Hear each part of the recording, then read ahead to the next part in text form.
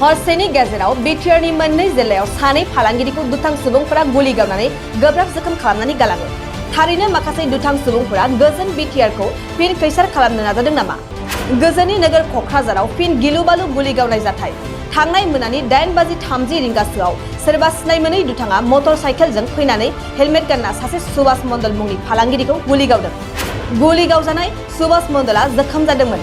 गोब्राबथार जखम जायैलाय मण्डला दा जिउ गोमानायनिफ्राय रैखा मोनबाय। क'क्राझार पुलिस बिफाना बे जाथायनि सायाव गोख्रोङै नायबिजिरगासिनो दं आरो जाथायाव लोब्बा थानाय दायनिगिरिखौ थाबैनो हमनानै आयेन बायदियै साजा होगोन होनना खौरांगिरिनि सिगाङाव फोरमायदों क'क्राझार पुलिस बिफाननि एसपी बिथाङा। रात को 8:30 बजे के आसपास दो अननोन युवक जो हेलमेट पहना हुआ था बाइक पे आए और मिस्टर मंडल जो है मंडल के ऊपर उन्होंने एक गोली फायर की। तो मतलब बेसिकली मंडल साहब को इतनी ज़्यादा इंजरी नहीं आई है, उनको गोली छू के निकल गए। Now is out of danger and we have got some clues और उस पर हम इन्वेस्टिगेट अभी कर रहे हैं। इन्वेस्टिगेशन चल रहा है, अरेस्ट या डिटेन या बाकी कोई चीज़ अभी पता नहीं सकता। It's under investigation and we are quite sure कि हम जल्द ही इस केस को भी क्रैक कर देंगे।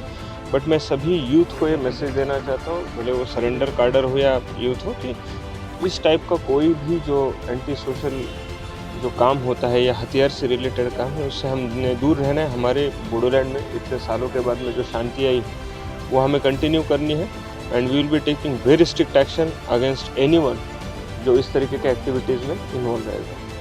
Immediately comment on it right now. Investigate कर रहे हैं और उसमें कुछ क्लूज हमें उससे भी मिले हैं कि क्या हुआ था, नहीं हुआ था, कौन बात किया था, किस तरीके से बात किया था, और वो इन्वेस्टिगेशन का पार्ट ही है, वो हमने इंक्लूड किया हुआ है एंड उसके डिटेल्स हमारे पास आ रहे हैं, कर रहे हैं। अभी मैं डायरेक्टली किसी भी स्पेकुलेशन पे नहीं आऊँगा या कुछ जो चीज़ें हमें इन्वेस्टिगेशन में मिली है, जिस दिन हम जल्दी ही सबको क्रैक करेंगे और जब पूरा केस जल्दी क्रैक हो जाएगा उसके बाद में हम आपको एक बार वापस ब्रीफ कर देंगे। तो मुझे ऐसे नहीं लगता है एंड हम वैसे होने भी नहीं देंगे। नोंथाङा सरकारि साख्रि नागिरदोंना? नोंथांनि थाखाय मोनसे गोजोनथाव खौरां। नोंथांनि थाखाय दं एडुकेट पॉइंट, जेराव नोंथाङा सोलोंथाइ लानायनि गेजेरजों सरकारि साख्रिनि गुबुन गुबुन रोखोमनि गोब्राब आनजादफोरखौ उथ्रिसारनो हागोन आरो गावनि आथिङाव गसंथानो हागोन। बे एडुकेट पॉइन्टआव नोंथांमोना SSC, bank PO, bank clerk, bank SO, UPSC, FSC, defence, railway, state, state, insurance, AAO, ADO, असिस्टेंटजों लोगोसे स्टेट लेवल जब आरो माखासे सरकारि साख्रिनि आनजादाव गोनांथि जानाय आयदाफोराव सोलोंथाइ लानो हागोन। मख'नो गोनांदि बे सोलोंसालियाव साख्रिनिल' नङा, बेयाव एमबीए आरो सैनिक स्कुल बायदियाव एडमिशननि थाखाय एन्ट्रेन्स होनो थाखायबो सोलोंथाइ लानो हागोन।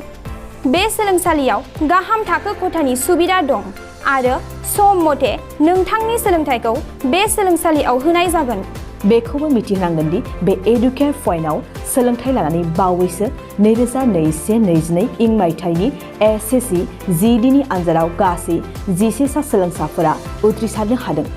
बारा नङा, गासै 15,000 रांजोंनो नोंथाङा बे सोलोंसालियाव 6 दानसिम सोलोंथाइखौ लानो हागोन। बे सोलोंसालिया क'क्राझार, बरपेटा रड, गलपारा आरो बङाइगावआवबो दं। क'क्राझाराव सोलोंथाइ लानो गोसो गुदुं जानाय सुबुंफोरा 700-226-133 9101 536360 700-226-133 9101 536360